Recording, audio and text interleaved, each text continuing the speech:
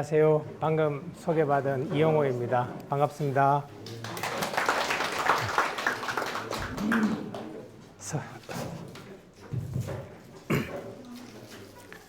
서울에서 부랴부랴 내려오느라고 여러분들 15분이나 기다리게 해서 죄송합니다. 오늘 제가 사실 진주향교는 저번 학기에 이어서 두 번째인데요. 오늘 강의는 공자와 부처의 만남이라는 주제로 조금은 이때까지 공자면 공자, 부처면 부처 이렇게 주로 나뉘어서 많이들 아마 강의를 들으셨을 줄 아는데, 오늘은 이 두 분을 동시에 한번 놓고 이야기를 해볼까 하는데, 사실은 이 두 분은 살아생전에 만난 적이 없고 나라도 많이 다르고 또 올렸는데요. 그리고 부처님은 보면은 기원전 BC 560년경에 태어나셔가지고 480년경에 돌아가셨고요. 공자님은 BC 624년 624년인가? 하여튼 태어나셔가 544년에 돌아가셨는데, 두 분이 이제 태어나셔가지고 돌아가신 날은 좀 다르지만은 대체로 비슷한 시대를 사셨어요. 비슷한 시대를 사셨어요. 그러니까 한 분은 저기 인도에서 태어나셨고, 한 분은 중국 노나라니까 우리나라하고 비슷한 위도에 있는 동북 쪽에서 태어나셔가 평생을 서로 교분이란 건 갖지 못하고, 또 평생 인도에 불교, 중국에 유교가 있다는 사실도 두 분은 몰랐어요. 그런데 이 두 분이 태어나셔가지고 돌아가실 때까지 설파한 학문이 그 이후 이제 동아시아, 지금은 전 세계적으로 이름을 날리는 불교와 유교가 될 줄은 몰랐죠. 두 분도 아마 생각도 못 하셨을 거예요. 그런데 이 두 분은 남기신 말씀이 언어도 다르고 표현 방식으로서의 언어나 담고 있는 내용도 완전히 같지는 않지만 상당 부분 통하는 지점이 있었어요. 통하는 지점이 있었는데, 제가 이제 오랫동안 유학을 글을 읽고 또 나중에 나이가 들어서 불교 경전을 이것저것 보면서 이러저러 보면서 든 생각은, 두 분이 가지고 있는 공통적인 문제의식이 있더라고요. 근데 그 문제의식을 가장 집약적으로 표현해낸 분은 아무래도 부처님을 들 수 있어요. 부처를 들 수 있는데, 부처가 어린 시절에 가졌던 청소년기에 가졌던 근본적인 고민을 나타내주는 일화가 있는데, 그게 소위 말하는 사문추류라는 일화인데요. 내 성의 내문을 통해서 바깥 세상을 구경하다, 이런 뜻인데, 여기에는 하나의 소종례, 근원이 되는 설화가 있는데, 부처가 처음에 세상에 태어났을 때 정반왕이라는 인도의 자그마한 소국의 왕의 아들로 태어났어요. 그러니까 차기 왕을 보장받았죠. 왕의 아들로 태어나서 어머니가 일찍 돌아가시고 이모가 계모가 된 거예요. 그래서 이모가 이제 키워줬거든요. 키워줬는데, 부처가 어린 시절에 인도의 유명한 현자가 이제 부처의 탄생을 축하해 주기 위해 와서 정반왕하고 계모가 있는 그 자리에서 부처의 탄생을 축하하면서 한 이야기가 뭐냐 하면은, 이 왕자님은 나중에 커서 인도 전역을 통일하여 다스리는 위대한 통일 대왕이 되거나 아니면은 인간 세상에 인간의 고뇌를 어루만져 줄 수 있는 훌륭한 전륜성왕이 될 것입니다. 이제 이렇게 예언을 했어요. 그런데 이제 그 예언을 들은 아버지 정반왕은 생각을 해봤죠. 내 아들이 커서 내 뒤를 이어서 인도 전역을 다스리는 위대한 제왕이 되는 쪽이 좋으냐, 아니면은 인도, 나아가서 전 세계의 사람들의 마음을 어루만지는 성자가 되는 게 좋으냐. 여기서 아버지 정반왕은 전자를 원했어요. 저도 자식을 놓고 보니까 사회적으로 출세한 자식과 제가 사람을 두고 볼 때 사회적으로 출세한 사람과 혹은 훌륭한 인품을 가지고 많은 이들의 마음을 어루만지는 사람, 당연히 후자가 존경스럽죠. 그런데 만약 내 자식이 사회적으로, 경제적으로, 정치적으로 출세를 하고 잘 사는 것과 내 자식이 자기의 고민과 고뇌, 어려움을 다 무릅쓰고 세상 사람들의 마음을 어루만지는 쪽을 택하는 것 중에 내 자식인데 선택하라면 저는 제 자식이 그렇게 힘든 길을 가는 걸 권하지 않을 것 같아요. 그러니까 정반왕의 마음이 이해가 되죠. 그래서 이제 정반왕이 어떻게 했냐면 우리 아들이 이 세상 사람들의 고통과 고민을 알면 안 돼. 왜냐하면 이 세상 사람들의 고통과 고민을 알면은 어떻게 되느냐? 아마도 현자가 되기 위한 길을 걸어갈 테니까 인도를 통일할 수 있는 위대한 제왕의 길은 포기하겠죠. 그래서 이제 전에 내려온 바에 의하면은 그 정반왕이 그랬대요. 큰 그 성을 구축하고 담벼락을 높이 세우고 거기에 이제 왕자를 두고서 바깥 세상의 고통과 고민은 아무것도 못 본 게 한 거예요. 그리고 심지어는 그 왕자 곁에는 병든 자하고 자기 빼고 나이 드신 분도 가까이 못 오게 한 거야. 좋은 음식에 항상 음악에 하여튼 그런 거를 제공하고 청소년기까지 보내니까 얘는, 어린 왕자는 이 세상이 생로병사로 이루어졌다는 사실조차 모르는 거예요. 그러다가 어느 날 우연한 기회에 성문을 나서서 바깥에 사는 사람들의 삶을 보니까 너무 충격을 받았는데 그 중에 큰 충격은 뭐냐 하면은 사람이 늙었고 사람이 병이 들고 사람이 죽더라는 거예요. 그러니까 이 세자가 너무 이게 충격적으로 다가오고 그 사람들에 대한 연민도 가득 찼지만 세자가 되게 궁금했던 거는 나도 늙고 병들고 죽는가? 이게 궁금했죠.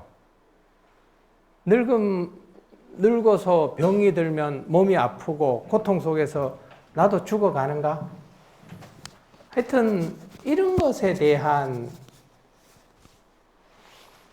고민이 아주 크게 다가와서 세자를 교육하고 있었던 세자 사부에게 세자가 물어봤어요. 스승님, 저도 시간이 지나면은 늙으면은 몸에 병이 오고 몸에 병이 오면은 고통 속에 앓다가 죽어가야 됩니까? 그러니까 스승이 차마 그 말을 듣고 속이지를 못해서 사람이 태어나면은 늙고 병들고 죽는다. 생로병사라는 것은 이 우주 안에 존재하는 모든 만물은 형성이 되면은 잠시 머물다가 형성된 것이 무너지고 공으로 돌아갑니다. 성주계공. 이 원리를 벗어날 수 있는 이 우주 안의 만물은 아무것도 없습니다. 그러니까 그제서야 세자가 나도 저렇게 되는구나. 그래서 처음에 마음의 반론은 그랬대요. 타인에 대한 고통의 연민보다가 두려움이 커서 그걸 벗어나고 싶어서 드디어 이제 성 밖을 차고 나가서 쭉 저걸 했죠.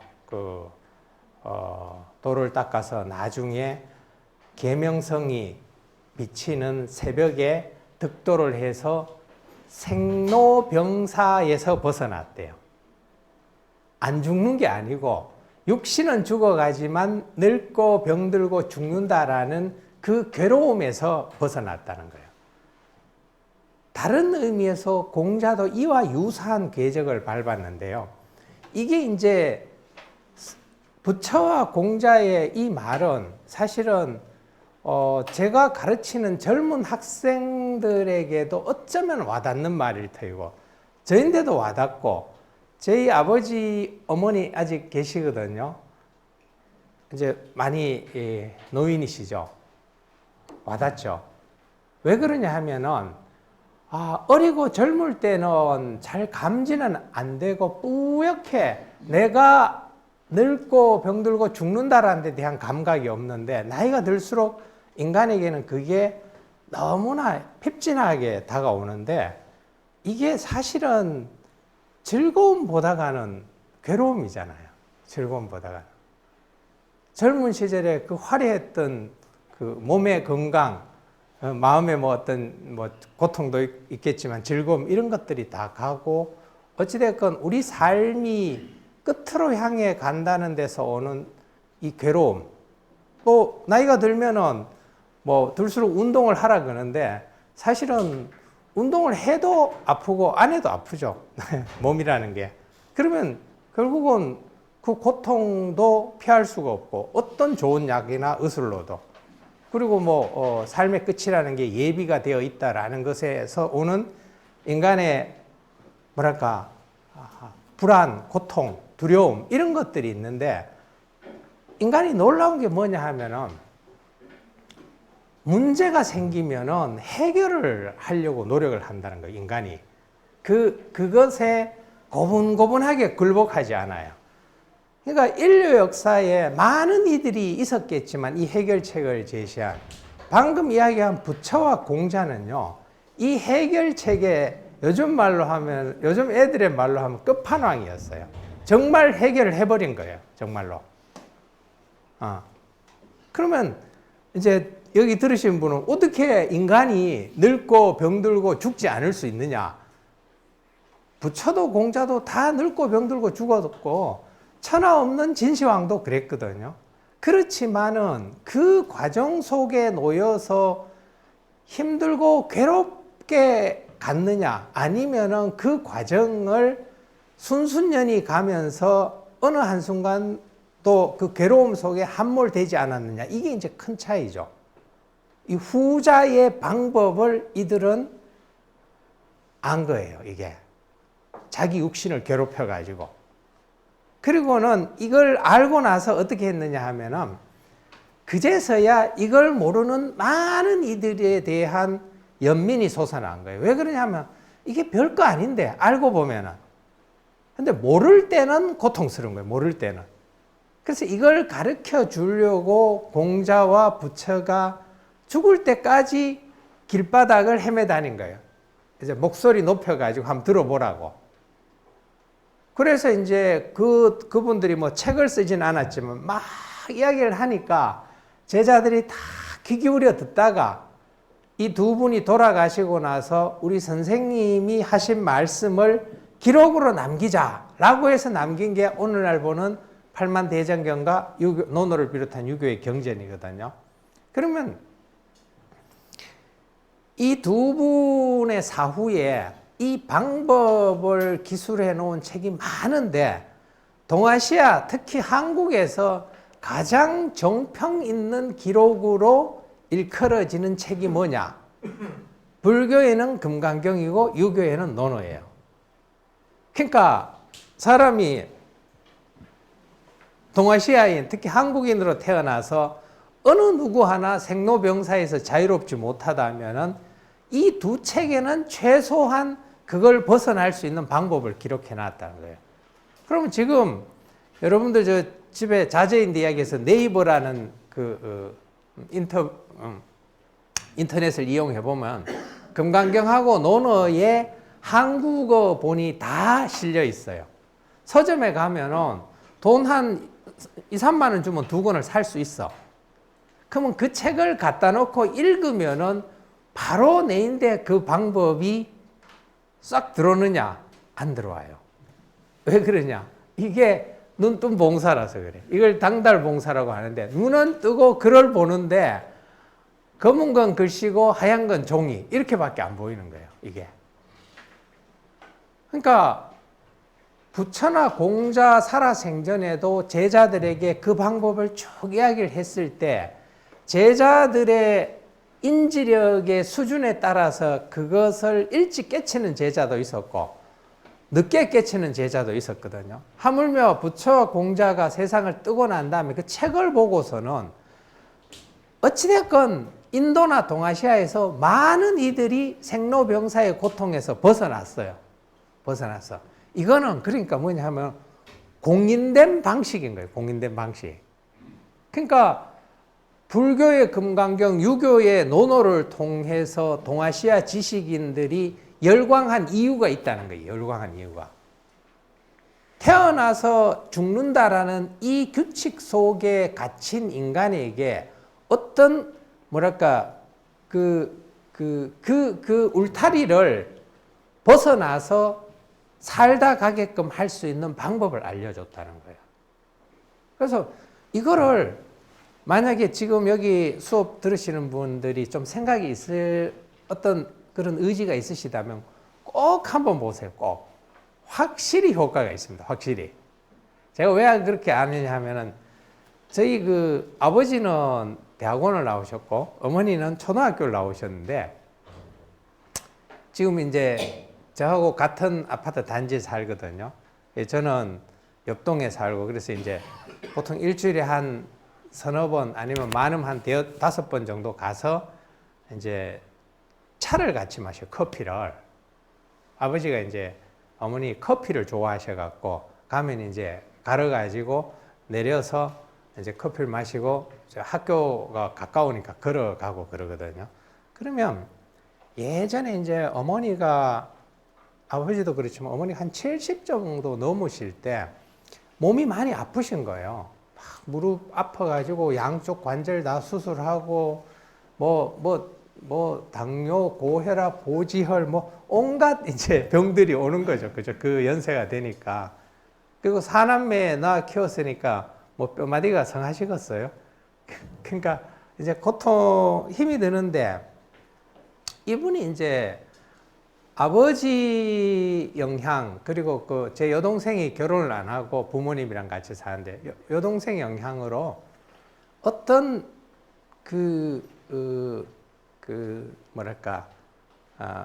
유명한 스님 밑에 자주 드나들면서 설법을 듣기 시작한 거예요.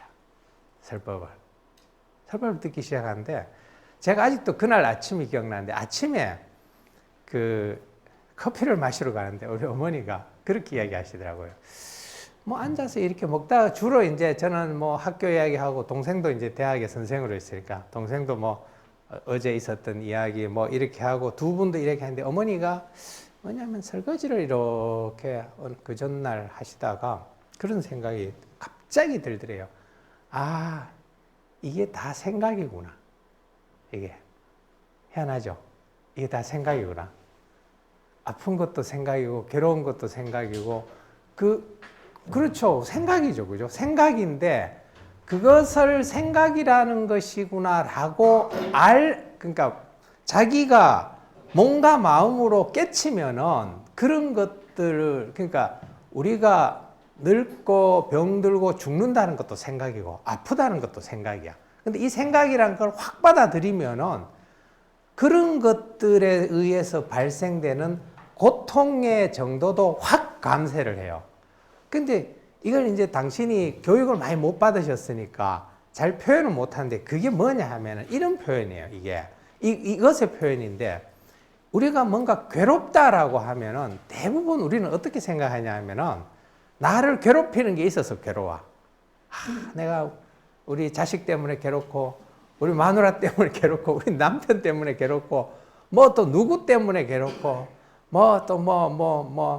뭐 이 아무개 때문에 괴롭고 윤 아무개 때문에 괴롭고 뭐 다 괴롭죠, 그죠? 다 밖에 있어. 밖에 있는데 그것 때문에 괴로운데 이게 다 생각이구나라는 걸 알면은 사람은 나를 괴롭히는 것 때문에 괴로운 게 아니고 내가 괴롭다라는 생각 때문에 괴로워요. 그러니까 우리가 괴로운 거는 괴로운 현실이 괴로운 게 아니고 괴롭다라는 그 생각을 괴로워하는데 이 규칙을 사람들이 절절히 모른다는 데 문제가 있는 거예요. 제가 저번 강의에서 그런 말씀을 드렸는지 모르겠는데 여기 계신 분들은 다 저보다 대부분 나이가 많으시잖아요. 제가 올해 60이고 내년에 환갑이거든요. 아직은 젊죠, 그죠? 젊은데 그래도 옛날로 치면 환갑이 그래도 많은 나이잖아요. 근데 제가 어릴 때 경상북도 꼴짜기에 살았는데 전기가 없던 시절이에요. 그래서 제가 이제 호롱불, 남포불 다 기억나고 처음에 전기가 들어오던 때가 기억나거든요. 그리고 학교 갔는데 초등학교가 십리길이야. 꼬맹이가 거기 뭐 전기가 안 들어오는데 차가 오겠어요? 그래서 맨날 고무신 신고 동네 애들하고 이제 그 신정로길을 걸어가 이제 학교를 가는데 그때 이제 제가 어릴 때 쭉 기억을 해보면 이제 점심을 먹어야 되면 지금은 다 급식을 하는데 집에서 뭘 싸갔는데 우리 반에 밥을 못 사온 애가 있었어. 밥을 못 사온 애가. 걔가 나중에 현대자동차 들어가서 고위직에 올라서 뭐 저보다 돈도 훨씬 더 많이 벌고 잘 살았는데 다행이죠. 근데 애가 밥을 못 사오는데 어린 마음에 밥을 못 사오는 그 심정을 이해를 못 하는 거야. 그때 얼마나 많이 먹고 싶겠어요. 그럼 얘는 이제 밥 때가 되면 나가는 거야. 교실 밖을. 그래서 나이 들어서 그게 너무 미안하더라고요. 같이 좀 먹자고 할 걸. 그랬는데요.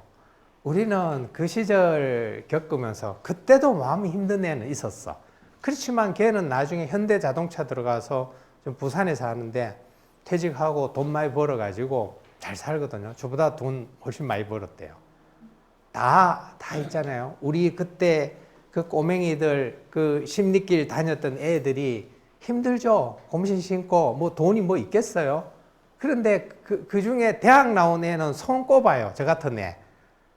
고등학교, 중학교 나와갖고 이거 운전도 하고 심지어는 그 여학생 한 명은 고등학교를 그 촌에서 고등학교를 지원을 했는데 집에서 못 대준다 그래가지고 고등학교를 못 간 거야. 집을 나와갖고 공장에 일하고 밤에 야간고등학교 다녔거든요. 그랬는데 우리가 그 추석 때 되면은 다 멀리 가 있다가 요새는 안 그러지만 고향에 모이면은 그 중에 누구도 다 뭐 좀 사는 애, 좀 배운 애, 결혼한 애, 뭐 안 한 애 이랬지만 누구도 있잖아요. 인생이 정말 거지 같고 역 같아서 난 정말 너무 세상 사는 게 괴로워. 난 정말 죽고 싶어. 이런 애들이 없어.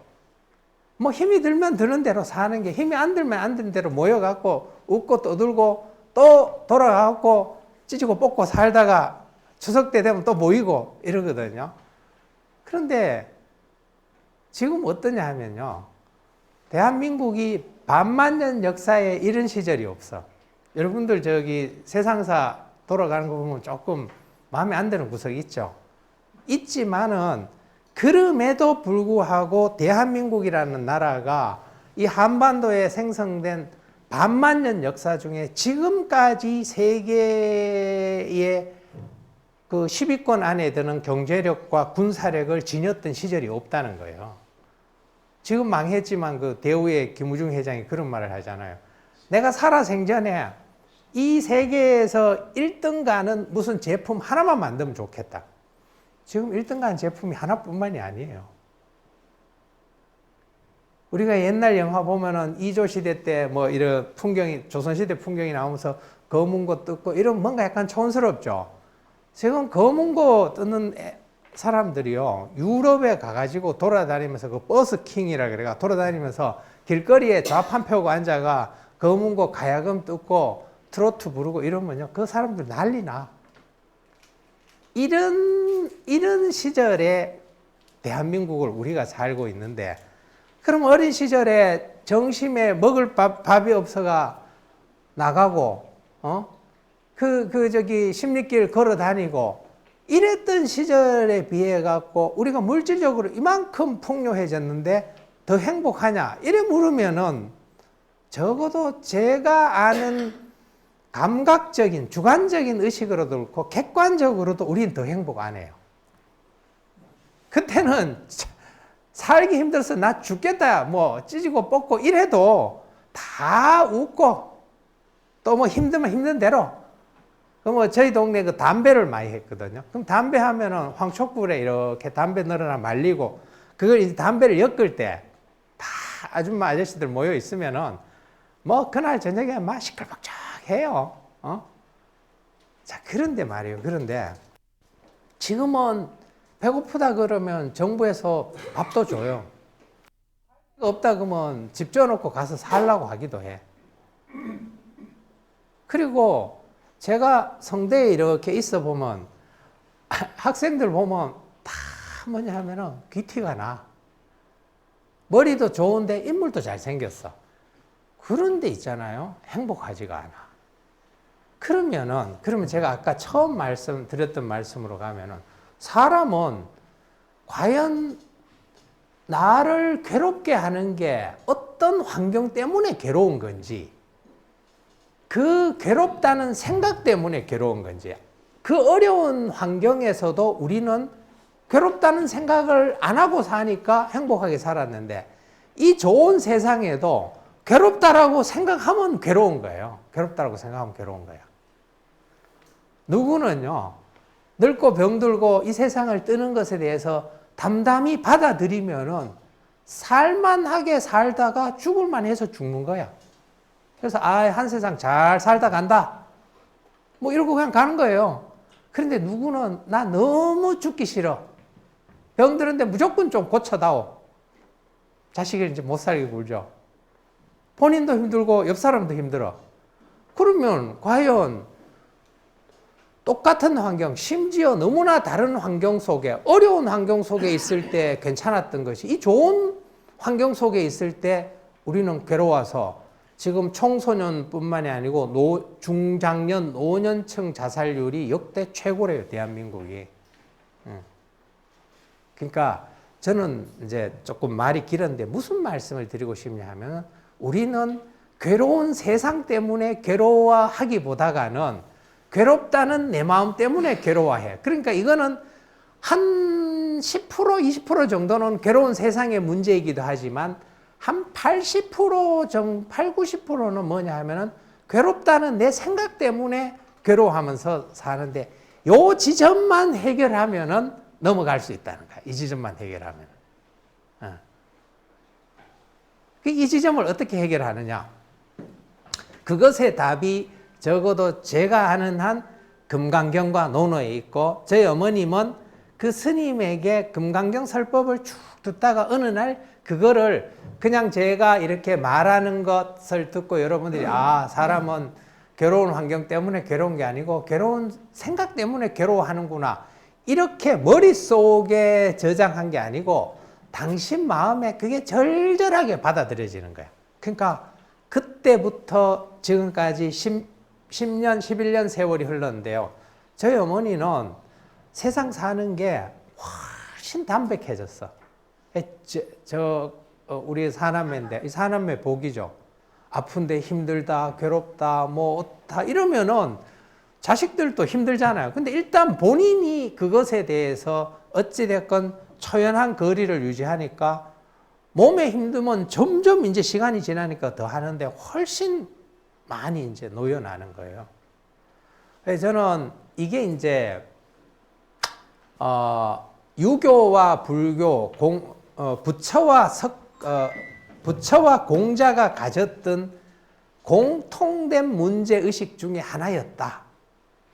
그래서 이제 이걸 가지고 한번 이야기를 해보려고 해서 제가 예전에 논문을 썼는데, 이 논문은 지금 이렇게 이야기하듯이 쓸 수 없으니까 뭐 여러 가지 형태의 그걸 끌어와 가지고 제가 말씀을 해놓은 게 지금 옆에 여러분들 강의 자료집 몇 페이지입니까? 41페이지에 있는 46페이지에 있는 공자와 부처 논어 주석사적 전통에서 바라본 유교와 불교의 교섭 양상 이 이야기예요. 근데 여기는 뭐냐면 논어라는 책이 공자의 어록집인데 후대에 이 논어라는 책에 대해서 유학자들도 해설을 하고 또는 불교적 성향을 가졌던 유학자나 승려들도 해설을 남겼어요. 그러니까 각각 불교와 유교의 입장에서 이것을 이제 여기에 논어의 주석을 달았는데 저는 이제 이 글에서 유학의 고전이었던 논어에 불교적 성향을 가졌던 유학자나 승려들이 단 주석을 가지고 유교와 불교, 부처와 공자의 만남이라는 주제로 설명을 한번 해본 거예요. 그리고 제가 이제 이 논문을 쓰고 오랜 시간이 지나서 논어라는 책에 공자의 논어라는 책에 불교적 성향을 가졌던 유학자나 승려의 주석을 모아서 번역을 해서 세상에 이제 출판을 하기도 했어요. 그게 이제 논어 천년의 만남 이런 제목으로 출판을 했어요. 그러니까 인도의 불교가 중국으로 들어와서 1000년쯤 지나서 뭐냐 하면은 두 종교가 만났었고 그 만남의 흔적이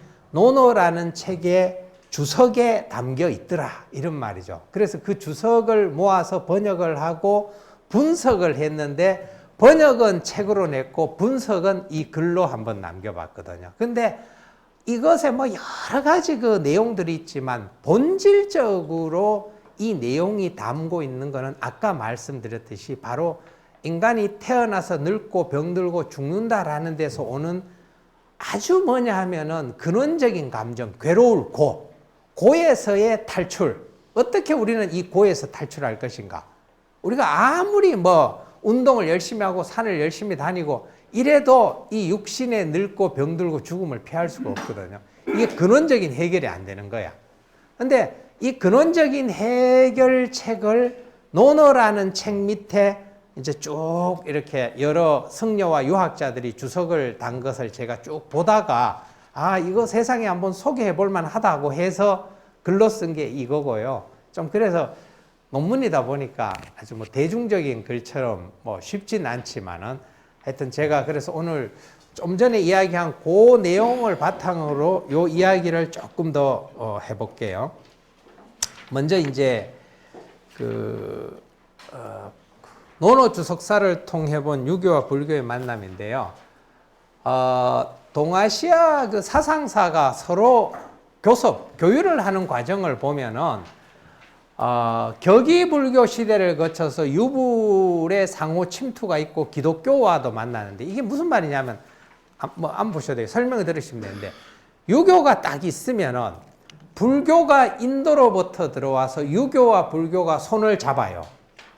그래서 중국화된 혹은 동아시아화된 유교와 불교가 새로 생성이 되거든요. 그러니까 우리가 오늘날 금강경을 불교의 소위경전으로 보고 조계종을 불교의 으뜸가는 종파로 보는데 이거는 뭐냐면 인도 불교가 아니야.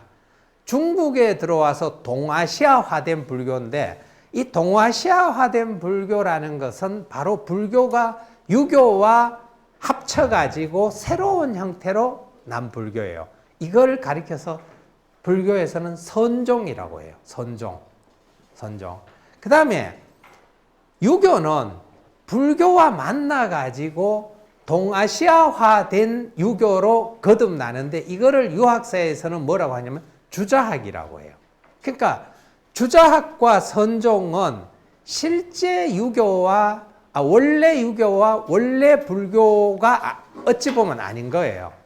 쉽게 얘기하면 백인하고 흑인이 결혼을 해서 난 뭔가 이렇게 흑인도 아니고 백인도 아닌 그런 애인 거죠. 그런데 이 이제 혼종의 유교와 불교가 그 천년 동안 동아시아의 뭐랄까 지배적 가치가 됐어. 특히 우리나라는 선종과 주자학의 나라였거든요. 그래서 이런 동아시아 사상사에서는 유불이 이렇게 교섭을 해서 새로운 형태의 불교와 유교로 거듭났다. 그래서 새로운 형태의 불교와 유교는 불교와 유교가 서로 영향을 주고받아서 생성이 됐는데 유교 쪽에서는 주자학, 불교 쪽에서는 선종이었다. 기독교도 마찬가지예요. 한국화된 기독교가, 중국화된 기독교가 있어요. 자, 이런 게 있고요. 자, 근데 이게 이제 유교와 불교가 최초로 만날 때 모습인데, 이거는 저기 AI가 그린 그림이에요. 그림인데, 황간이라고, 이분이 이제, 그 중국 위진남북조 시대 유학자인데, 이분이 노노집회의소라는 책을 썼어요. 기원 후 488년에서 545년 사이에 살아갔는데, 노노집회의소라는 책에서 불교적 색채를 가미한 노노주석을 쓰기 시작해요. 불교적 색채를 가미한. 이게 이제 어디에서 알 수 있냐 하면은,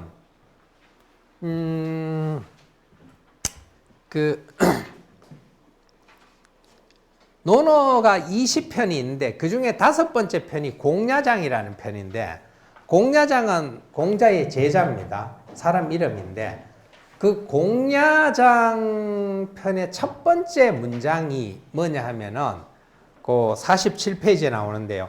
자위 공야장 하사대 가처야라 수제 누설 지중이나 비기제야라 하시고 이기자로 처지하시다. 이런 문장이 나와요. 공자께서 공야장을 두고 말씀하시기를, 야, 이거 내 사위 삼을 만하다. 비록 지금 감옥 속에 있으나 그가 죄를 지은 것은 아니다. 하고는 그 딸을 부인으로 줬다는 거예요. 사위를 삼은 거야. 그런데 여기에 대해서 밑에 그 이전에 주석이 없어서 도대체 공야장이 뭔 죄를 지었고 왜 감옥에 갔고, 공자는 감옥에 간 전과자인 공야장을 두고, 야, 이 사람 괜찮은 사람이야, 죄 지어서 감옥에 간 게 아니야 하고는 자기 딸을 부인을 줘서 본인 사위를 삼게 했느냐. 설명이 없는데 황간의 노노집회의소에 공야장이 무슨 죄를 지었는지 설명이 나와.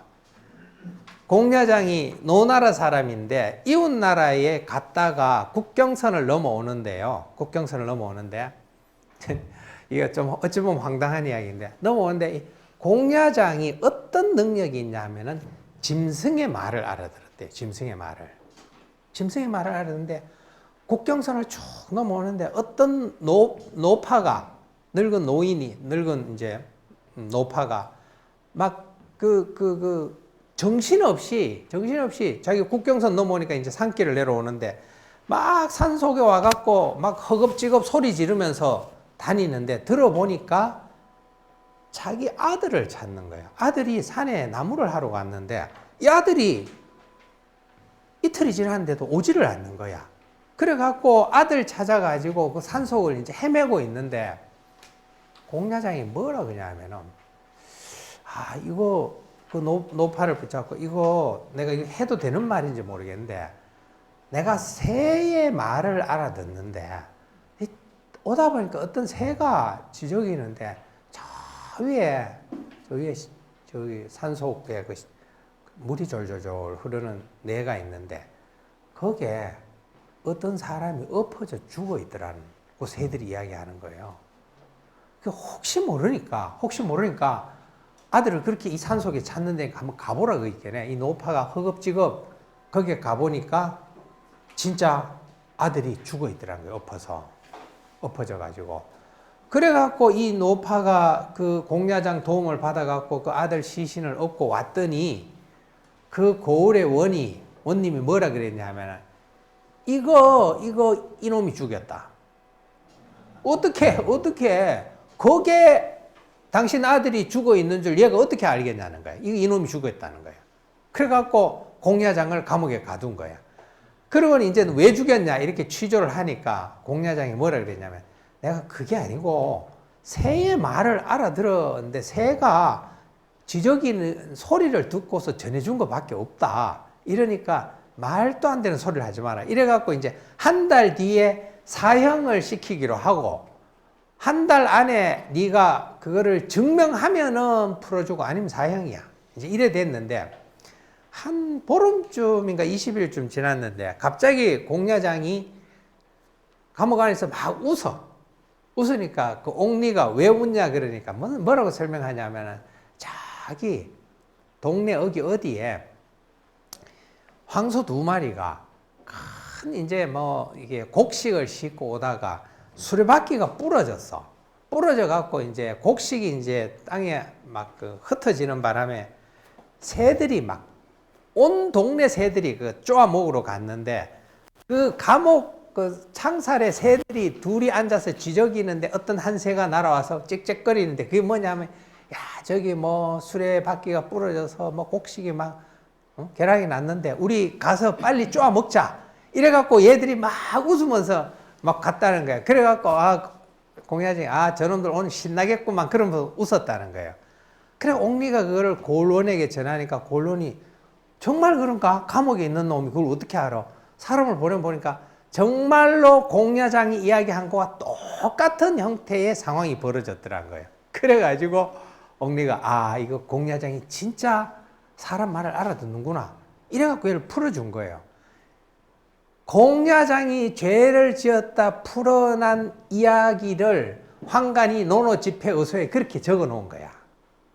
근데 요게 무슨 이야기냐면, 요게 무슨 별거 아닌 이야기죠. 그런데 경전을 해설하는데, 논어라는 경전을 해설하는데 후대에는 이게 불경지어 경전에 넣지 못하는 황당한 이야기다 그래서 빼버렸는데 황간은 집어넣었거든요. 왜 이걸 집어넣었냐 하면은 이게 먹히는 거예요. 여러분들 제가 논어를 막 할 때 하기 시습지 불영여로와 유붕이 자원방내 불영낙호와 뭐 인부지 불원이면 불역군자호와 이래 읽고 배우고, 때로 익히면 또한 즐겁지 기쁘지 아니한가, 뭐 벗이 있어 먼 곳으로부터 찾아오면 뭐 즐겁지 아니한가, 뭐 남이 나를 알아주지 않더라도 거기에 대해서 답답해하지 않으면 군자가 아니겠는가, 뭐 이렇게 얘기하면은 좀 재미가 없잖아요. 재미가 없는데 지금 제가 막 이런 이야기를 하잖아. 그러면 들으면은 뭔가 이렇게 귀에 이렇게 이야기 구조니까 귀에 쏙 좀 들어오는 게 있잖아요. 불교에서도 어떤 설법의 기법이 있냐 하면은, 인간이 괴로운 세상 때문에 괴롭지 않고 괴롭다는 생각 때문에 괴롭다라는 이것을 깨우쳐 주기 위해서 부처가 많은 설법을 하는데, 그 설법의 기법 중에 하나가 뭐냐면 이야기를 가지고 오는 거야. 소위 말하는 많은 전래동화를 가지고 와서 이것을 요렇게도 이야기해보고 저렇게도 이야기해보고 이런 이야기도 해보고 저런 이야기도 해보는 거예요. 그러면은 이야기 구조는 사람이 받아들이는데 일단 재밌게 받아들여. 그래서 불경에는 이런 이야기 구조를 가지고 부처가 고로부터 탈출하는 방법을 언급해 놓은 게 많아요. 이게 소위 말하는 불교 설화거든요.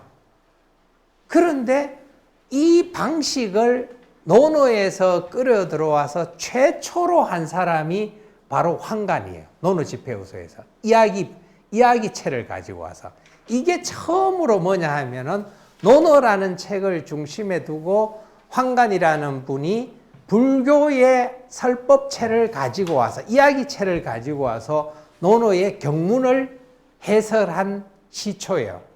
이게 바로 불교와 유교가, 공자와 부처가 논어라는 책에서 처음 만나는 장면인데, 요게 황간이 한 500년 전, 지금부터 그러니까 1500년 전의 사람이죠. 근데 부처와 공자가 지금으로부터 한 2500년 전쯤 사람이라면 한 1000년쯤 지나가지고 논어라는 책을 통해서 이렇게 공자와 부처, 유교와 불교가 만났죠.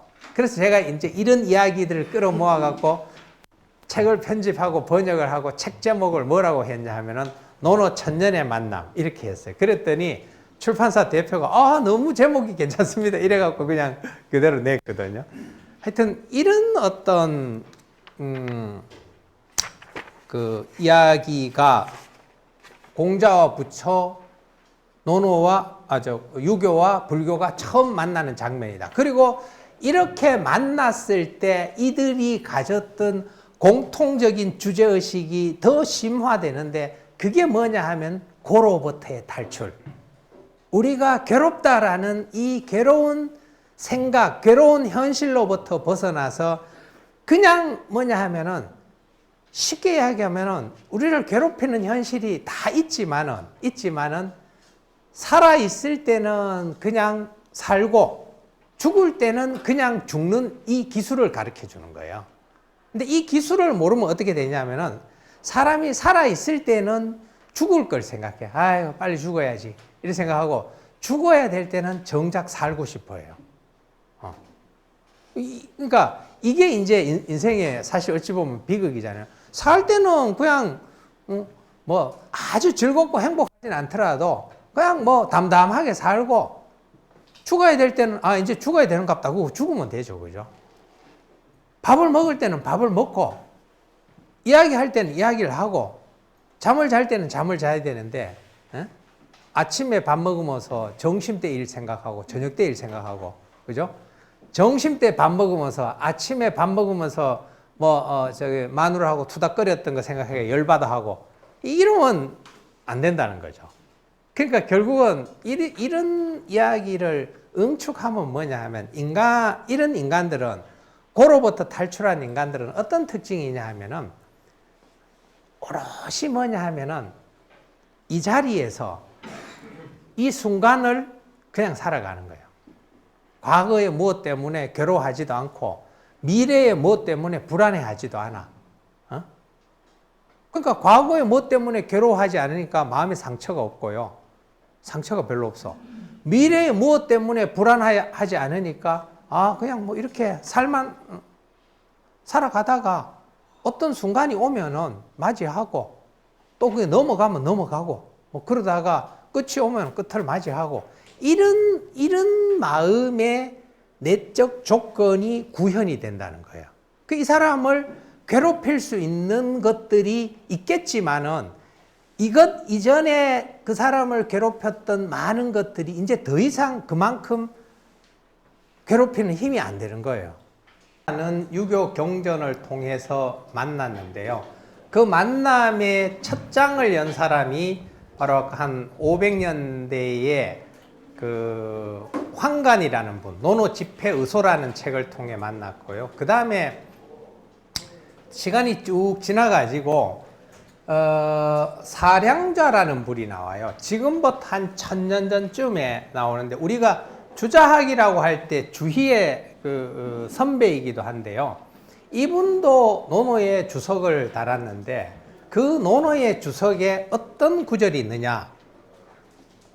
이런 구절이 있어요. 어진 사람은 죽음과 삶을 꺼리는 것이 없다. 이게 소위 말하는 불가의 생사이려설이거든요. 죽든지 살든지 그거를 동일선상에 놓고 보는 거예요. 우리는 대체로 보면은 사는 거는 좋아하고 죽는 거는 싫어하는데 살고 죽는 거를 동일선상에 놓는 것, 이게 생사이려고요.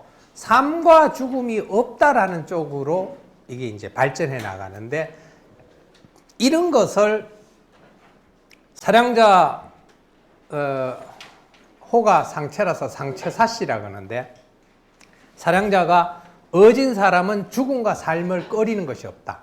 살 때는 사는 대로 살고 죽어야 될 때는 죽는 대로 죽는다는 거죠. 그런 어떤 이야기를 그 노노 속에서 넣고요. 또 하나는 노노 주석에 외물은 끼어들 틈이 없다라고 해석을 하기도 해요. 어떤 구절에 대해서.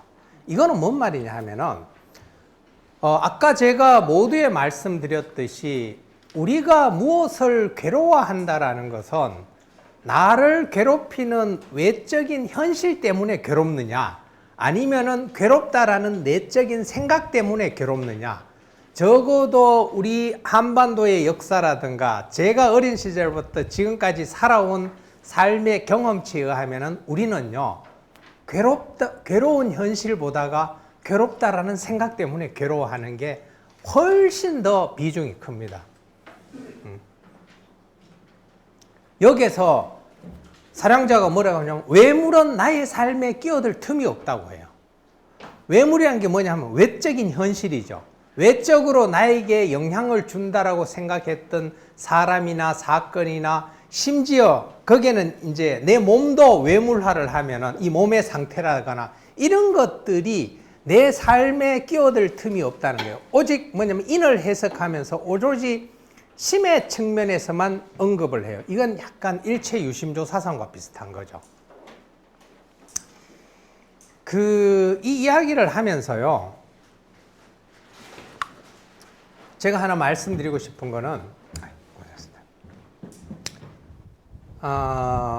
일체유심조라는 이 사유는 일체, 모든 것은 마음이 만들어낸 거다. 이제 이렇게 이야기하면은 사람들은 어떤 오해를 하느냐 하면은, 아니, 마이크가 있는데, 아니, 탁자가 있는데, 이게 어떻게 마음이 만든 거냐는 거죠, 이게. 에? 그렇잖아요. 이 칠판이 있는데, 이게 왜 마음이 만들어요? 근데, 불가의 일체유심조, 유가의 외물은 우리의 삶에 끼어들 틈이 없다라는 것은 모든 것을 마음으로 치환을 하는 거예요. 제가 예전에 이걸 읽고 일체유심조서를 읽고 생각을 해본 거예요. 어떻게 이게 마음이 만든 거냐, 어떻게. 아무리 생각해도 이 책이나 이 펜이나 이게 내 마음이 만든 게 아닌데, 이것이 이제 육아에서 어떤 형태로 또 이야기가 되냐면 심외무물, 내 마음 밖에 물건은 없다. 아니, 여기 여러분들 다 계시고 탁자도 있고 뭐 다 여기 저 액자도 있고 한데 이게 그 제 마음 밖에 다 물건이 있는데 어떻게 마음 밖에 물건이 없냐는 거예요. 어떻게 다 내 마음이 만드냐는 거예요. 그래서 예전에 제가 지금은 저도 좀 죄송한데 무릎이 안 좋아 갖고 등산을 잘 못 하거든요. 근데 한때 이제 40대 때는 막 상계동 불암산 기슭하에 살면서 막 불암산을 제비처럼 올라갔다 내려오기도 했는데, 그때 막 올라가다 보면 중턱에 한참 올라가다 1시간 좀 올라가다 바위산인데 중턱에 딱 앉아 있으면 땀을 쫙 식히면서 앞에 수락산이 큰 바위가 있어. 그걸 보면서 생각을 해본 거예요. 아니, 저렇게 큰 바위가 내 눈앞에 있는데 어떻게 일체유심조고 어떻게 심의 무물이냐. 아무리 봐도 내 밖에 저래 있는데 그거를 이상하게 그 자리에만 앉으면 그 생각이 나는 거야. 어떻게 심의 무물이야. 내 마음 밖에 심외유암, 마음 밖에 바위가 있는데 심외무암인 거예요. 무물이니까. 계속 왔다 갔다 했는데 알 수가 없었어. 그 말이 뭔 말인지, 일체유심조가 뭔 말인지. 그런데 44살인가 3살 때 몸에 이제 병이 들어서 수술을 하게 된 거예요. 수술을 하게 되는데 병이 들어서 그 동네에 있는 조그만 종합병원에 가니까 의사가 이제 이거는 복강경으로 안 되고 배를 이렇게 갈라가지고 뭐 수술을 해야 된다. 안에 뭐가 이게 단순히 손상당해가지고 썩어 문드러졌기 때문에 해야 된다. 그런데 저는 왠지 내 느낌에 그냥 집에 가서 잘 정량하고 하면은 나을 것 같은 거예요. 그래서 난 수술을 안 하겠다. 이렇게 의사가 너무 황당한 거예요. 아니, 이대로 놔두면 죽을 수도 있다. 근데 왜 이렇게 고집을 피우느냐 그러니까, 생각을 내가 해봤는데 그냥 집에 가서 이때까지 무리하게 살았으니까 잘 쉬면은 나을 것 같다. 이제 의사는 뭐 그 표정이 여의사인데 뭐 이런 사람이 다 있지. 이거 안 하면 죽는다는데. 그래 결코 제가 퇴원을 했는데 뭐 환자가 결코 퇴원하겠다고 하니까 방법은 없더라고요. 그러니까 이 여의사가 지금도 기억나는데 그 정말로 그 저 병원 문 여는 데까지 따라 나갔고 저희 병원에서 수술 안 해도 좋은데 반드시 병원에 가 수술하셔야 된다. 이거는 그냥 약 먹고 쉰다고 나을 수 있는 문제가 아니다. 그래갖고 아산병원에 간 거예요. 아산병원에 가니까 뭐 저쪽 동네 의사 선생님이 수술 안 하면 절대로 안 된다는데 진짜 그러냐 그러니까 아산병원 의사가 뭐 환자분 왜 그렇게 말씀하시냐. 그건 맞다고. 의사가 다 안에 들여다보고 하는 이야기인데 수술 안 하면은 이거는 죽을지도 모른다고. 그래서 수술을 하자 그래가 수술을 이제 했거든요. 했는데 그 아산병원 의술이 좋았는지 그분이 복강경으로 해보겠다고 하더라고. 하다가 안 되면은 개복을 하겠대요. 근데 그 수술이 보통 한 40분 걸리는데 이 의사 참 대단해. 한 3시간에 걸쳐가 기어코 복강경으로 한 거예요. 너무 고맙더라고요. 해갖고 상태가 좋긴 했지만 이게 이제 심하게 뭘 드러내가지고 한 20일인가 25일을 병원에 이제 입원을 해 있었는데, 참 병원에 그래 입원을 해 있으니까 참 좀 어렵더라고요, 마음이. 왜 그러냐 하면은 그때 우리 애들이 중고등학생이었고 아버지 어머니는 이제 노년기로 접어들고 저는 맏아들이죠. 맏사위죠. 이제 그러니까 동생들 있고 처제하고 처남이 있어. 근데 제가 종교가 없는 거예요. 불교를 좋아하지만 종교를 믿진 않았으니까. 그러면 이제 통증이 있고 밤에 잠을 못 자고 진통제를 맞는데도 뭘 안에 뭐 많이 잘라냈으니까 힘들 거 아니에요. 밤에 이렇게 있으면은 제가 어렸으면은 아버지 어머니인데도 너무 아파요 이렇게 이야기하겠는데 이제 아버지 어머니는 이제 전세가 역전돼 갖고 그 전에는 절 돌보셨지만 제가 경제적으로나 심리적으로 부모를 케어해야 될 나이인 거예요. 그 뭐 어쩐 일인지 또 저희 집사람은 저에 대한 의존도가 커요. 동생들 마찬가지. 자식은 뭐 더 할 나위 없죠. 그러니까 결국은 아버지 어머니가 와도 왜 이렇게 힘든지 모르겠습니다 이야기를 못하고, 마누라인데도 못하고, 자식들인데는 더 못하고, 동생들인데도 못하죠. 그러니까 밤에 곰곰이 생각해 보니까 참 세상에 기댈 데가 없는 거예요. 하느님이라도 믿으면 하느님에게라도 어떻게 좀 기대 보려고 했는데 뭐 제가 기독교 신자도 아니니까 기댈 데가 없으니까 결국은 어떻게 했느냐 하면은 제가 이때까지 공부한 것에서 의지처를 찾았는데 그게 바로 유교와 불교였어요. 그렇게 쭉 찾다가 어느 날 뭐 이거는 사실은 일종의 뭐랄까 감각적 체험인데, 퇴원을 하고 몸이 이제 힘드니까 학교를 못 나가고 집 앞에 이렇게 왔다 갔다 하는데 이 아파트가 크다 보니까 왜 큰 아파트에 가면은 아파트 안이나 밖에 조그만 그 정자를 하나 만들어 놓거든요. 그 정자에 떡 앉아 있는데 앞에 차가 쭉 다니고 있었어요, 차가. 근데 이제 몸은 아픈데 이게 쭉 수그려 갖고 차를 보는데 그때 제가 안 거예요.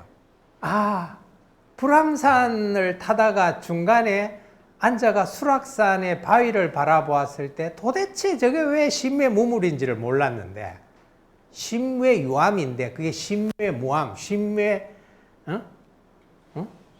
저 바위가, 저 큰 바위가 내 밖에 있는 게 아니고 내 마음 안에 있다라는 것을 참 이해를 못 했는데, 그 아픈 와중에 퇴원을 해갖고 정자에 앉아서 오고 가는 차를 보면서 이 차가 밖에 있는 게 아니구나. 이게 왜 차가 밖에 있는 게 아닐까요?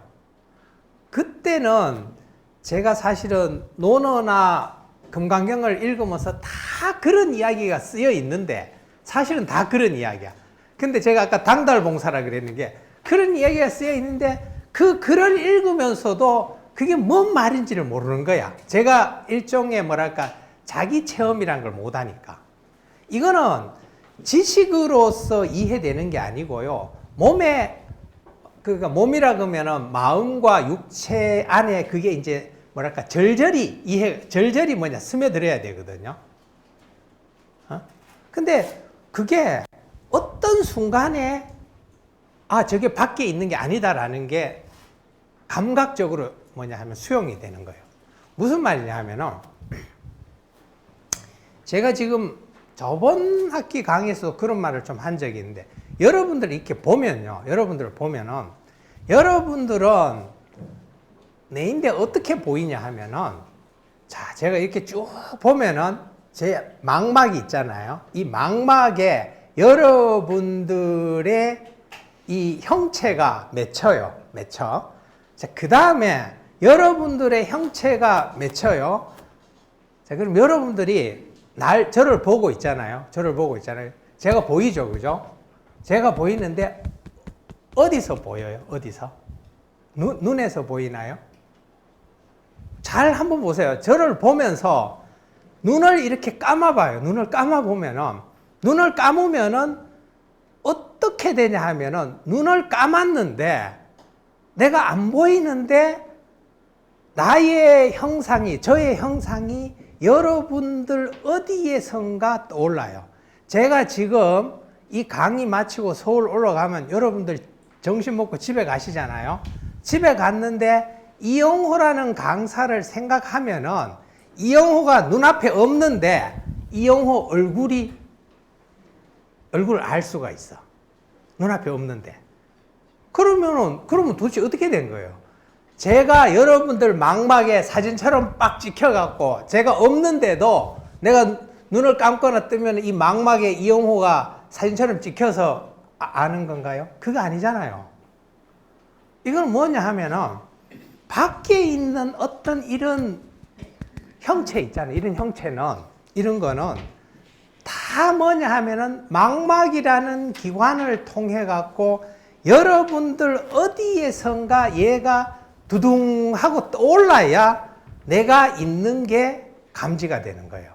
그래서 이 시간이 끝나고 가면요, 제가 여러분들 앞에 없어도 여러분들은 생각만 딱 하면은 이용호라는 사람의 얼굴이 떠올라요. 머리는 백발이고 뭐 좀 이렇게 둥글둥글하게 생겼고 뭐 이런 얼굴이 떠올라. 그게 어디서 떠오르냐는 거예요. 여러분들은 저를 보지만 여러분들의 눈이 저를 보는 게 아니에요. 여러분들의 어디에선가 저를 보는 뭔가 있어. 뭔가 있다 그러면 또 찾으면 또 안 됩니다. 뭐가 있는데 거기서 저를 보는 거예요. 거기서. 그런데 그래서 제가 불암산에서 수락산 바위를 보거나 팔각정에 앉아갖고 지나가는 차를 보면은 제 눈이 바위하고 차를 보지만 본질적으로, 본래적으로 보는 그거는 눈이 아닌 거예요. 본질적으로 보는 거는. 저는 지금도 여기 와서 떠들면서요, 15년 전에 바라봤던 불암산 바위가 보여요. 어디서 보여요? 거기서 보이는 거예요, 거기서. 제 눈에서 보이는 게 아닌데도. 여러분들 자식들 있죠, 그죠? 자식들 없잖아요, 지금. 없는데 자식 생각해봐요. 자식이 어디서 보이죠? 얼굴이. 어디서 보여요? 그게 언어로서 설명이 어려우니까 거기라고 하죠. 거기서 보이는 거예요, 거기서. 거기서 보이는데 이 거기를 소위 말해서 활성화를 시키면 어떻게 되냐 하면은 모든 게 다 거기서 보이는 거예요. 모든 게. 그러면 내가 괴롭다라는 거는 뭐냐 하면 괴롭다라는 마음, 즐겁다라는 마음도 사실은 거기에서 보여. 즐겁고 괴로운 게. 근데 우리는 왜 이거를 일상생활 속에서 환기하지 못하느냐? 어릴 때부터 거기서 보이는 삶으로 안 살아온 거예요. 내 눈으로 본 것이 있다라는 이 삶에 너무 익숙해지고, 소위 말해서 내 눈으로 보고 손으로 만져진 것에 어떻게 됐냐 하면은 일종의 중독이 된 거예요. 중독이 된 거야. 그러다 보니까 내 외제하는 것들의 실상이라는 것이, 실제적인 형상이라는 것이, 그게 실상으로서 있으려면은 나의 어디에선가 그것을 감지하는 그 큰 어떤 일종의 감각이나 인식의 공간이 있어야만 이게 가능하거든요. 근데 우리는 이것대로 살아오는 훈련을 안 했고 어린 시절부터 지금까지 눈앞에 보이는 것에 익숙한 삶을 살아온 게 너무 강해가지고 여기에 중독된 게 너무 심해요. 그래서 이해를 못 봐. 근데 조금만 생각해보면, 제가 방금 이야기한 조금만 생각해보면, 제가 없어도 여러분들은 저를 나중에 제 모습을 알고 어디 멀리 가 있는 자식도 내 어디에 있은가는 또 오르거든요. 그런데 이것은 뭐냐 하면은 우리가 괴롭다라는 생각도요, 여기에서 또 올라요. 여기에서. 그거는 괴롭다라는 생각도 여기에서 또 오르기 때문에 이걸 한번 떠올리면은 감각적으로 괴롭다라는 생각을 여기에서 떠올리는 순간 뭐냐 하면 아주 중요한 규칙인데 이거 그냥 생각이야. 이거 그냥 생각인 거예요. 근데 이 생각은 아주 중요한 특징이 있는데 얘가 뿌리가 없는 부평초야. 근데 이 생각을 현실이라고 생각하고 펌프질을 하면은 그게 바로 내가 괴로워지는 구조가 되는 거고요. 그냥 생각이야, 생각. 아침에 일어나서 몸도 찌뿌듯해서 기분이 좀 나빴어. 몸이 조금 불편하니까 마음이 조금 울울했는데 오늘 여기 와서 걸어오고 강의도 하니까 몸이 뭐 이렇게 조금 더 괜찮아지면은 그 불편했던 마음이 없어지잖아요. 그러니까 생각인 거예요, 생각.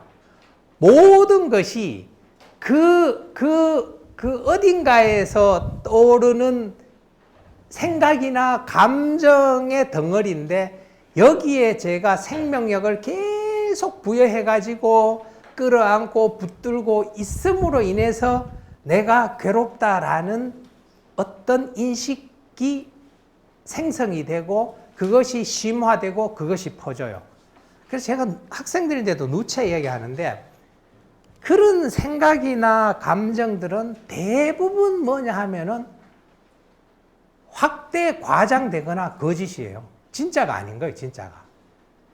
그러니까 이거는 그 부처나 공자의 눈으로 보면 인간은 이런 면에서는 정말로 어리석은 거예요, 정말로.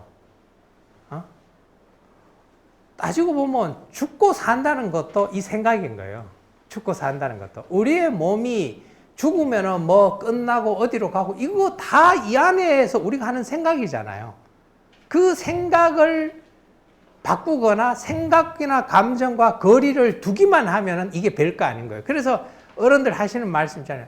한 생각 바꾸면 된다고. 그게 그 말인 거예요. 한 생각 바꾸면 돼. 근데 문제는 이 한 생각을 불암산에서 수락산 바위를 바라보듯이 나의 내면에서 그 바위를 못 바라보기 때문에 한 생각을 못 바꾸는 거예요. 요거를 어떻게 바꾸느냐 하는 방법을 논어나 금강경에서 계속 이야기를 했고 이거를 잘 이야기하는 사람이 훌륭한 선생인 거죠. 우리 어머니는 운이 너무 좋으셨어요. 그 스님인데 가 듣다가 설거지를 하는데 저처럼 뭐 내부 장기 안 드러내고도 그걸 이제 아신 거죠. 이런 것들이 이제 사령자나 앞에 황강 같은 분들에 의해서 쭉 있고 주자에 의해서 이것이 이제 경이라는 것을 재해석함으로 인해서 이런 사유가 훨씬 더 폭이 깊어졌는데 이게 조선의 그 퇴계학이 거경국리라고 하거든요. 퇴계 선생이 경에 있으면서 이치를 탐구한다 이런 건데 경이 뭐냐? 경. 이게 공경할 경자잖아요. 공경할 경자. 이게 원래 주자 이전에는 한대에서 송대 이전까지는 이거는 뭐냐면 공경한 자세를 의미했어요. 우리 흔히 하는 말로 공손하다, 공경스럽다 그럴 때 그 자세를 의미했는데 천년 전에 주자에 의해서는 이 경이라는 글자가 어떻게 읽혀졌냐 하면은 한 5개 정도를 읽혀졌는데 그 중에 대표적인 게 사량자가 이야기한 상성성, 정자가 이야기한 추일무적 이 두 가지로 많이 읽혀졌는데요. 성성이라는 건 뭐냐 하면은 의식이 또랑또랑하게 깨어있다. 이게 불교의 성성하고 비슷한데요.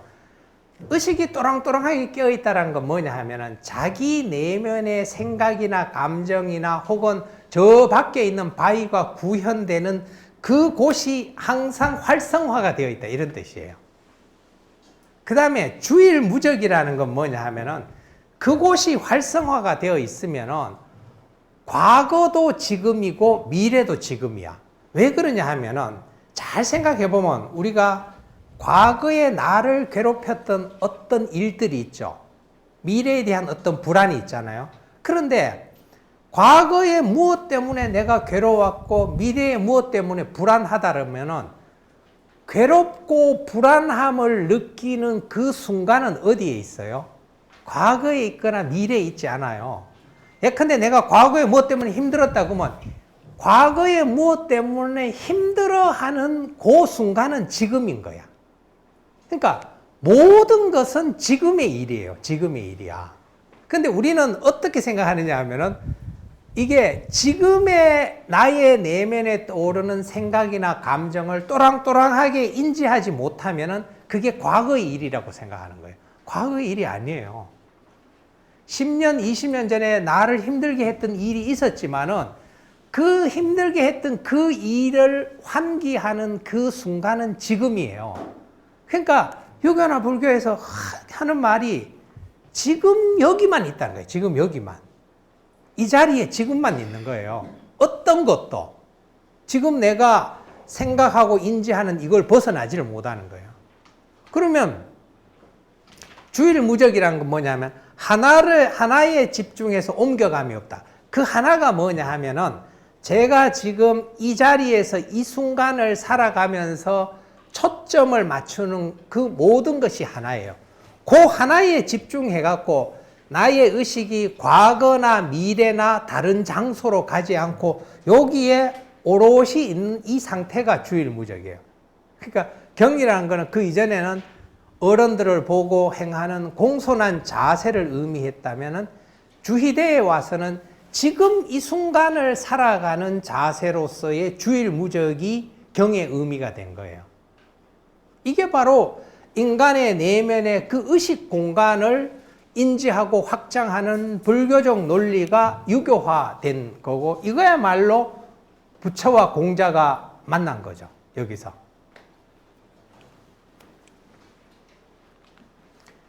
근데 이제 이런 것들을 극대화시킨 유학의 한 분파가 있는데 그게 양명학 중에서도 양명좌파예요. 양명좌파. 예컨대 양명좌파의 대표적인 분이 이타고인데 이타고 전후로 오여필과 장대라는 분이 있는데 오여필은 뭐냐면 풀베다가 손가락 다쳤는데 엄청 아프잖아요. 그죠? 아픈데 손가락을 다쳤을 때 어찌 외물에 휘둘리는 바가 되겠냐라면서 태연하게 일을 계속했다 그러거든요. 심지어 자기 몸 자체도 밖에 있는 거니까 이 밖에 있는 이 몸이 다쳐서 생성되는 고통도 그 안에 뜨는 거예요. 그 안에. 바위를 인지하는 그 공간 안에, 의식의 공간 안에 아프다라는 생각도 거기에 떠올라요. 그러니까 심하게 이야기하면 아프다는 것도 생각인 거야. 생각인 거야.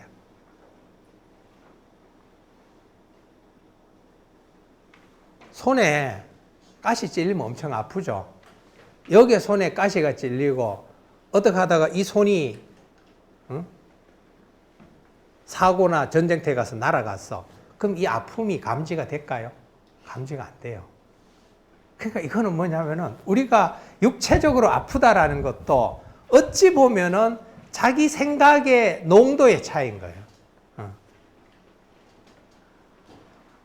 그 다음에 이타고 같은 분들도 여하간 논어평에서 대자대비와 같은 불교 용어를 직접 사용하고 논어의 구조를 선종의 언어로 치환해서 풀기도 하고 장대 같은 분은 공자를 부처에 직접적으로 비유하기도 했어요. 그리고 뭐냐 하면은 유학의 핵심적 가치인 인과 질을 설명할 때 주인공, 주인옹 또는 외로울 고자 밝을 명자 외롭게 홀로 빛나다 라는 뜻으로서 인지하는 그 자리를 설명하기 시작해요.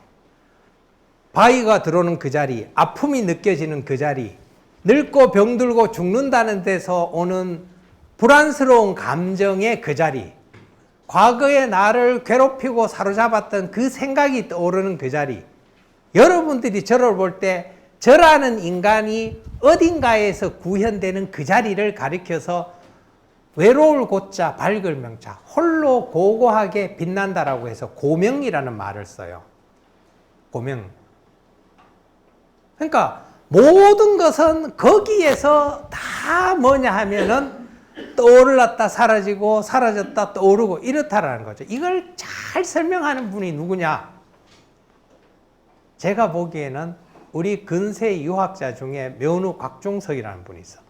면우 선생 문집을 읽어보면 이걸 정말 잘 설명을 해놨거든요. 근데 그 잘 설명해 놓은 그 글을 한문으로 되어 있다고 해서 이거를 번역을 하는데 무슨 말인지 잘 몰라. 너무 안타깝더라고. 자, 그 다음에 그 이타고와 장대는 그래서 유불등가론, 유교와 불교가 등가, 동등한 값을 가진다. 그 동등한 값이 뭐냐 하면은 인간의 모든 생각이나 감정이 떠오르는 그 자리에 대해서 탐색을 하고 그 자리를 확보했을 때 고로부터 탈출할 수 있다라는 지점에서 이타고와 장대 같은 유학자들은 유교와 불교가 동질성을 가지고 있다라고 해서 공자는 부처다라는 이야기하고 앞에 이야기했듯이 소설체도 부활시키고 이랬다는 거죠. 그 다음에 이제 불교 쪽에서 보면은 명대에 4대 고승이 있는데 그 중에 한 분이 지옥선사인데 이분은 노노점정이라는 노노 해석서를 썼어요. 점정은 활용점정 글 때 그 점정입니다. 거기에 보면은 뭐냐 하면은 공자를 설명하면서 공자가 도달한 종심, 공자가 종심소욕 불유구라고 했잖아요. 70에 종심소욕 불유구라고 했는데 종심의 경지는 육신이 모두 여러 장인 심자재의 경지다 라고 설명을 해요. 아이고, 잠깐만요.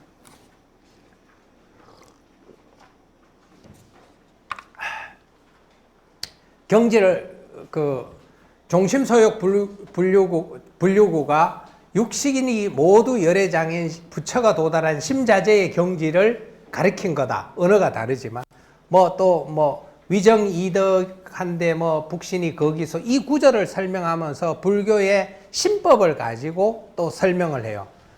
이런 형태로 점점 이제 유교 쪽에서 불교 쪽에서 유교로 이렇게 가까워지죠.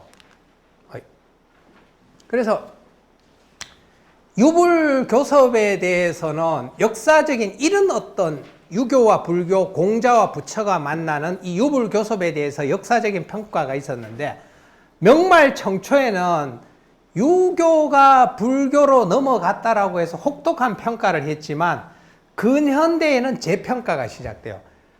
1934년 해문보라는 분이 좌파왕학이라는 책을 쓰면서 여기에서 뭐냐 하면은 이건 뭐냐 하면은 유불교섭이 사상의 통섭, 근대를 추동한 사상으로 긍정적으로 평가를 해요. 그리고 이제 2000년대 들어와서 당명기라는 중국 학자가 노노학사를 쓰면서 이런 불교적 성향을 가졌던 노노 주석서들에 대해서 긍정적으로 평가를 합니다. 자, 그래서 이제 결론 부분을 가지고 한 10여 분 이야기하고 마치기로 하는데요. 이거는 결국 뭐냐 하면은 유교와 불교, 공자와 부처는 상호 이회의 정신에 의거해서 1000년에 걸쳐서 서로 진정으로 상대를 이해하고자 하는 강한 정신을 보여줬는데 그것이 논어라는 책의 주석에 그렇게 반영이 되었는데 이 상호 이해의 정신은 그래, 니하고 내하고는 완전히 다른데 내가 널 좀 이해해 볼게. 이게 아니었던 거예요. 본질적으로 우리가 괴로움을 느끼는 구조가 어떠하다라는 것에 대한 동일한 인식이 있었고 이 인식에 의거해서 공자와 부처 이래로 많은 승려와 유학자들이 고로부터 탈출을 했어요. 그런 어떤 동질성이 상호 이해를 가능케 한 원천적인 토대였다는 거죠. 같은 게 없었으면은 상호 이해를 하기가 어려웠는데 그게 있었다는 거예요. 그러면 이제 이런 것을 보면은 뭐냐 하면은 제가 모두에 말씀드렸듯이 동아시아 사상사에서 가장 영향을 끼친 세 종의 사상인데 그게 소위 말하는 유불도거든요. 유교, 불교, 도교인데 차례대로예요. 유교가 제일 크고 불교가 두 번째고 도교가 세 번째인데 첫 번째 1, 2위에 해당되는 유불이 공통적으로 저는 도교도 그런 게 많다고 생각하는데 가지고 있었던 사유가 뭐예요? 그런 생각이나 감정, 사물이 떠오르는 그 장소에 대한 객관적인 이해가 아니고 주관적이고 체험적인 어떤 이해를 도모하고 주관적이고 체험적인 이해를 통해서 실질적으로 자기 인생의 고로서부터 벗어나는 어떤 체험을 해야 되는 거예요. 어떤 체험을. 그리고 제가 누차 말씀드리지만 이건 있잖아요. 어떤 이것에 대한 감각적인 체험이 있기 전까지는 사실은 이것이 아주 핍진하게 와닿지 않기 때문에 논어나 금강경을 읽어도 이게 정말로 마음에 확 잘 들어오긴 어려워요. 논어라는 책에 대해서 독서를 할 때 정자가 뭐라고 이야기냐면 논어라는 책을 잘 읽으면 부지, 수지, 무지, 족지도야라 이렇게 이야기했거든요. 논어라는 책을 읽으면 손이 춤추고 발이 구르는 것을 알지 못한다 그랬어요. 너무 이해가 안 되죠. 자활하기 시습지 불용요로와 이 구절을 읽는데 무슨 트로트를 듣는 것도 아닌데 뭐 어떻게 손발이 이렇게 춤을 추겠어요. 그게 뭐냐 하면은 자기를 괴롭혔던 마음의 고에서 벗어나는 그 상황을 직면했을 때 인간의 내면에 그런 어떤 환희가 폭발된다는 거예요. 금강경의 마지막 구절에 금강경 4국의 중에 마지막이 나오는데 여로 여겨전 여몽환포영이라 우리가 이 세상을 살아가면서 겪는 모든 것들에 우리에게 괴로움을 끼치는 모든 것들 외적인 현실, 내적인 어떤 고통 이런 건 뭐예요? 여로 여겨전 이슬 같고 그죠? 번개처럼 순식간에 사라지는 거야. 이게 계속 있는 게 아니야. 여몽환포영 꿈과 같고 물거품 같고 그림자 같다는 거예요. 그걸 깨치게 되면은 그걸 하니까 어떻게 해요? 인간 부처의 설법을 듣는 인간뿐만이 아니고 천인 아수라가 다 등장해서 고에서 탈출시켜준 부처에게 경배를 한다라는 게 금강경의 마지막 구절이거든요. 논어의 최고 독법이 뭐예요?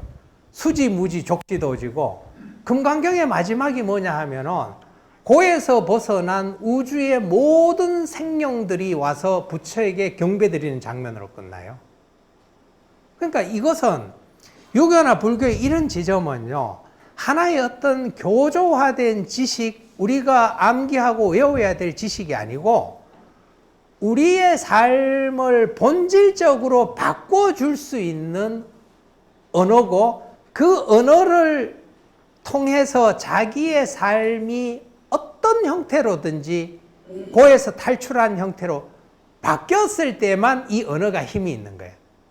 제가 논어를 앞에서 하기 시습지부터서 끝까지 다 외우고 끝에서부터 앞까지 거꾸로 다 외워도 이 지점을 이해 못하면은 저희 어머니가 초등학교를 나왔지만은 이 지점에 그 언어는 이해 못해도 이 지점을 훨씬 더 잘 이해한 우리 어머니에 비해서 과연 논어를 더 잘 읽었다고 할 수 있을까요? 그렇진 않아요. 서울에서 진주를 내려오는데 아침 6시 3분 차를 타는데 집에서 첫 차가 지하철이 5시 35분인데 서울역에 6시 5분 전에 떨어져요.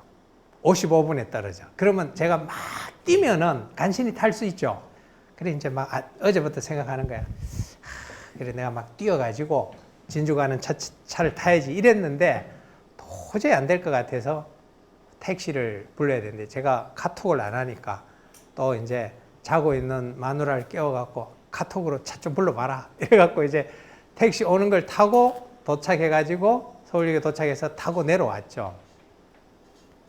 이거는 뭔 의미하느냐면 이렇게 해야 제가 진주에 오는 거예요. 그런데 안 오고 아침에 일어나서 지하철을 타고 뛰거나 택시를 타고 가갖고 거기서 KTX를 타고 대구까지는 KTX 구간이고 그 뒤부터는 그냥 철로 구간이어서 3시간 40분이 걸리면 진주역에 떨어지고 거기서 택시를 타고 여기까지 오면 5분이나 10분 정도 늦겠는데 이렇게 생각만 하고 안 오면은 진주에 온 게 아니잖아요. 실제로 제가 진주 와서 바로 택시 잡아 타고 오는데 15분 늦었거든요. 원래 내가 늦어도 10분 생각했는데 이건 무슨 말이냐 하면은 열심히 눈으로 탐색하고 익히고 해도 진주에 안 오면은 저는 진주에 온 게 아니에요. 내가 아침부터 택시 타고 부지런 떨고 진주에 와야만 진주를 온 거거든요. 그러면 여러 경로를 통해서 진주에 가는 길을 많이 습득한 사람이 진주를 잘 알겠어요. 저처럼 아침에 그냥 그래 택시 타고 가고 KTX 타고 진주역에 내려서 진주역을 딱 보고 이리로 온 사람이 진주에 대해서 더 잘 알겠어요. 실제로 가봐야 되는 거예요, 이 길은. 그리고 가봐야 되는 이 길에 대해서 너무나 이 성현들이 한 말이 있는데 하나도 안 숨기고 다 이야기를 해놨어. 하나도 안 숨기고. 내 눈이 그걸 보느냐 마느냐의 문제가 남는 거죠. 그래서 이 주제로서 1000년이 지나서 공자와 부처와 공자가 만나고 난 다음에 유교와 불교가 상호 교섭을 통해서 뭐냐 하면은 동아시아 사상사에서 가장 장구하고 정밀한 교섭의 역사를 이루었어요. 그 증거가 아까 말씀드린 불교의 선종, 유교의 성리학이라고 일컬어지는 주자학. 이게 바로 이런 교섭의 결과물로서 탄생한 종교이자 학문체계라는 거예요. 그래서 이는 단순한 사상의 융합을 넘어 서로 다른 문명이 어떻게 대화하고 성장할 수 있는지를 보여준 귀중한 유산이고 그 유산이 주자학과 성리학이라고 하기도 하지만 주자학과 선종이고 이 주자학과 선종은 1000년 전에 나왔는데 그 이후 1000년 동안 동아시아 사상사에 끼친 영향이 너무 컸고요. 그 영향은 아까 말씀드렸듯이 선종과 주자학을 공부한 이들은 머릿속으로 지식으로 서울에서 진주를 가는 길을 그려본 게 아니고 본인들이 직접 KTX를 타고 진주까지 간 거예요. 그래서 그 선종에서 승려의 제자나 동아시아 주자학, 우리 같으면 퇴계학이나 율곡학이죠. 그 밑에 제자들은 선생을 바라보는 관점이 오늘날 학생들이 선생을 바라보는 거 완전히 달라요. 선생은 뭐냐 하면은 제2의 부모랑 똑같은 거야. 부모가 나의 육신을 낳아줬지만 선사나 선생은 뭐냐 하면요. 내 영혼을 다시 탄생시켜 준 거예요. 그 공간을, 그 인지하고는 그 공간, 그 어디를 나로 하여금 체험하게 해준, 새롭게 태어나게 해준 선생이자 선사였어요. 그래서 부모만큼 중요하게 여겼어요. 이야기를 하다 보니까 조금 두서는 없었는데요. 제가 하고자 하는 말의 요지는 학술사적으로 유교와 불교가 발생하고 난 다음에 1000년쯤 지나서 중국에서 논어라는 책을 사이에 두고 유교와 불교, 즉 공자와 부처가 만나서 새로운 형태의 사상으로 발전을 하고 그 새로운 형태의 사상이 역사상 혹은 사상사적으로 구현된 게 성리학이라고 일컬어지기도 하는 주자학이고, 유교 쪽에서는, 불교 쪽에서는 선종, 우리 조계종이라고 하는 선종이었어요. 이것들이 이런 어떤 학문적 혹은 사상적 형태가 창출되고, 그것이 이후 동아시아, 한중일, 베트남에 걸쳐서 지배적인 사유가 되었고, 이 사유는, 이 사상이나 이 종교는 뭐냐 하면은 본질적으로 언어나 문자를 객관적으로 학습하는 걸 넘어서서 그 언어나 문자가 이야기하는 그 곳을 실제적으로 체험하는 것을 훨씬 더 중요하게 여겼다 라는 점을 말씀드리고 싶어요. 그리고 1000년 동안 그것의 체험에 대한 많은 이야기들을 들은 불교의 승려나 유학자들은 실질적으로 자기 내면 공간에 대한 체험을 통해서 고로부터 많은 이들이 탈출을 했고, 그것의 많은 기록을 오늘날 우리는 다 볼 수 있다. 옛날엔 이것이 볼 수 있는 게 한정이 되어 있었는데 오늘은 다 볼 수 있어요. 서점에 가도 볼 수 있고, 인터넷을 통해도 볼 수 있고, 이런 강연을 통해서도 다 들을 수 있거든요. 마음만 있으면요. 그리고 그것이 자기 내면에 체화가 됐을 때는 우리를 괴롭히는 것으로부터 많이 멀어질 수 있는 실질적인 효과를 가져온다 라는 게 오늘 강의의 결론입니다. 여기까지 하죠. 고맙습니다.